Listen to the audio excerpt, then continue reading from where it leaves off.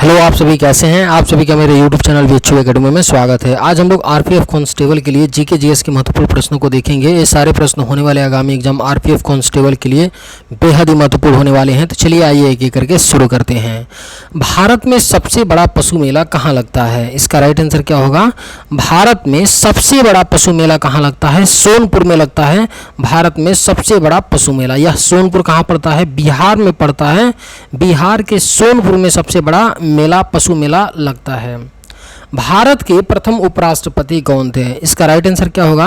भारत के प्रथम उपराष्ट्रपति कौन थे? डॉक्टर सर्वपल्ली राधाकृष्णन थे भारत के प्रथम उपराष्ट्रपति। और भारत रत्न जो 3 लोगों को पहली बार दिया गया था 1954 में, 1954 में, उसमें डॉक्टर सर्वपल्ली राधाकृष्णन भी शामिल थे। ये भी शामिल थे, इनको भी भारत रत्न मिला था। भारत के पहले गृह मंत्री कौन थे? इसका राइट आंसर क्या होगा? भारत के पहले गृह मंत्री कौन थे? सरदार वल्लभ भाई पटेल थे भारत के पहले गृह मंत्री थे। गुप्त राजवंश किस लिए प्रसिद्ध था? आपके ऑप्शन हैं कला एवं स्थापत्य, राजस्व एवं भूमिकर, साम्राज्यवाद, साहित्यिक कार्यों का संरक्षण। इसका राइट आंसर क्या होगा? गुप्त राजवंश किस लिए प्रसिद्ध था? कला एवं स्थापत्य के लिए प्रसिद्ध था।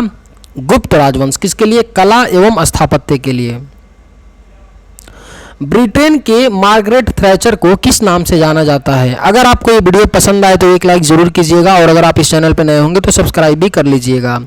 ब्रिटेन के मार्गरेट थैचर को किस नाम से जाना जाता है? इसका राइट आंसर क्या होगा? ऑप्शन ए शांति महिला के नाम से जाना जाता है ब्रिटेन की मार्गरेट थैचर को। कार्यपालिका का प्रमुख कौन होता है? इसका राइट आंसर क्या होगा? कार्यपालिका का प्रमुख कौन होता है? आपके ऑप्शन हैं संसद, राष्ट्रपति, प्रधानमंत्री, मुख्य न्यायाधीश। इसका करेक्ट आंसर क्या होगा? कार्यपालिका का जो प्रमुख होता है वो कौन होता है? राष्ट्रपति होता है, कार्यपालिका का प्रमुख होता है। भारत में रिमोट सैटेलाइट प्रोग्राम के जनक कौन है? बेहद ही महत्वपूर्ण प्रश्न है। भारत में रिमोट सैटेलाइट प्रोग्राम के जनक कौन है? इसका राइट आंसर क्या होगा? के कस्तूरीरंगन है भारत में रिमोट सैटेलाइट प्रोग्राम के जनक कौन है? के कस्तूरीरंगन है। राज्यसभा के सदस्यों का कार्यकाल कितना होता है? इसका करेक्ट आंसर क्या होगा? राज्यसभा के सदस्यों का कार्यकाल कितना होता है? 6 वर्ष का होता है। राज्यसभा के सदस्यों का कार्यकाल कितने वर्ष का होता है? 6 वर्ष का। भारत का प्रधानमंत्री बनने के लिए न्यूनतम आयु क्या है? आपके ऑप्शंस हैं 22 वर्ष, 25 वर्ष, 30 वर्ष, 35 वर्ष। इसका करेक्ट आंसर क्या होगा? भारत का प्रधानमंत्री बनने के लिए जो न्यूनतम आयु होती है वो कितनी होती है? 25 वर्ष होती है भारत का प्रधानमंत्री बनने के लिए न्यूनतम आयु। भारत के 15वें राष्ट्रपति कौन है? बेहद ही महत्वपूर्ण प्रश्न है। भारत के 15वें राष्ट्रपति कौन है? द्रौपदी मुर्मू हैं जो प्रेजेंट में राष्ट्रपति हैं। वो भारत की कौन से नंबर की राष्ट्रपति हैं? 15वें नंबर की राष्ट्रपति हैं। भारत की प्रथम महिला राज्यपाल कौन थी? इसका करेक्ट आंसर क्या होगा? भारत की प्रथम महिला राज्यपाल कौन थी? आपके ऑप्शंस हैं इंदिरा गांधी, किरण बेदी, सुचेता कृपलानी, सरोजनी नायडू। इसका राइट आंसर क्या होगा? जो भारत की प्रथम महिला राज्यपाल थी वो सरोजनी नायडू थी, भारत की प्रथम महिला राज्यपाल। और यह किस स्टेट की पहली राज्यपाल थी? यूपी उत्तर प्रदेश की यह पहली राज्यपाल थी, उत्तर प्रदेश की। हिंदी कविता के रीतिकाल का प्रथम कवि किसे माना जाता है? अगर आपको ये वीडियो पसंद आए तो एक लाइक जरूर कीजिएगा और अगर आप इस चैनल पर नए होंगे तो सब्सक्राइब भी कर लीजिएगा। हिंदी कविता के रीतिकाल का प्रथम कवि किसे माना जाता है? इसका राइट आंसर क्या होगा? केशव दास को माना जाता है हिंदी कविता के रीतिकाल का प्रथम कवि। किसे? केशव दास को। किस गुप्तकालीन शासक को कविराज कहा गया है? बेहद ही महत्वपूर्ण प्रश्न है। किस गुप्तकालीन शासक को कविराज कहा गया है? आपके ऑप्शंस हैं श्रीगुप्त, चंद्रगुप्त द्वितीय, समुद्रगुप्त, स्कंदगुप्त। इसका राइट आंसर क्या होगा? किस गुप्तकालीन शासक को कविराज कहा गया है? समुद्रगुप्त को कविराज कहा गया है। किसे? समुद्रगुप्त को। ग्रीनलैंड किस देश का अभिन्न अंग है? इसका करेक्ट आंसर क्या होगा?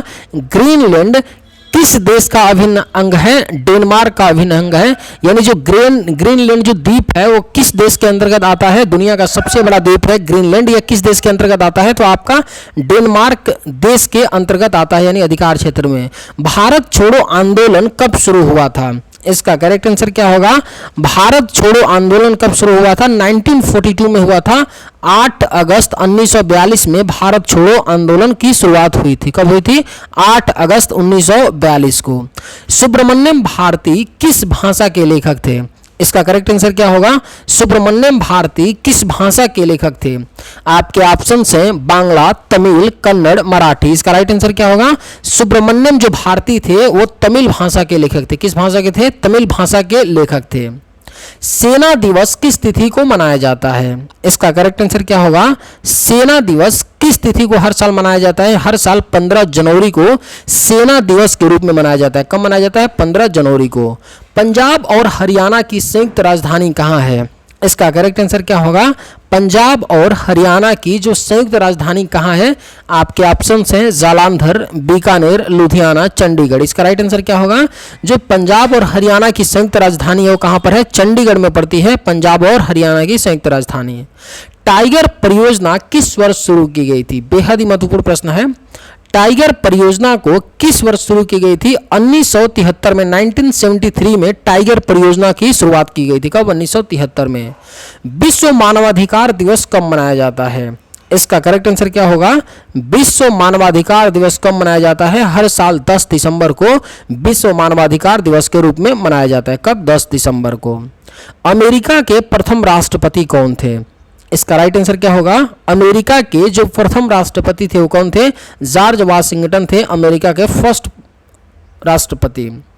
अंबेडकर स्टेडियम किस खेल से संबंधित है? आपके ऑप्शंस हैं वॉलीबॉल, क्रिकेट, टेनिस, फुटबॉल। इसका राइट आंसर क्या होगा? अंबेडकर स्टेडियम किस खेल से संबंधित है? फुटबॉल खेल से संबंधित है। अंबेडकर स्टेडियम किस खेल से है? फुटबॉल से। बेसिलिका ऑफ जीसस कहाँ स्थित है? अगर आपको ये वीडियो पसंद आए तो एक लाइक जरूर कीजिएगा और अगर आप इस चैनल पर नए होंगे तो सब्सक्राइब भी कर लीजिएगा। बेसिलिका ऑफ जीसस कहाँ स्थित है? इसका राइट आंसर क्या होगा? गोवा में स्थित है बेसिलिका ऑफ जीसस। कहाँ पर? गोवा में। ओमान और ईरान को कौन सी जल संधि अलग करती है? इसका राइट आंसर क्या होगा? ओमान और ईरान को कौन सी जल संधि अलग करती है? होर्मुज जल संधि अलग करती है ओमान और ईरान को। कौन सी जल संधि? होर्मुज जल संधि। राष्ट्रीय एटलस एवं तत्वगत मानचित्र संगठन कहाँ स्थित है? इसका राइट आंसर क्या होगा?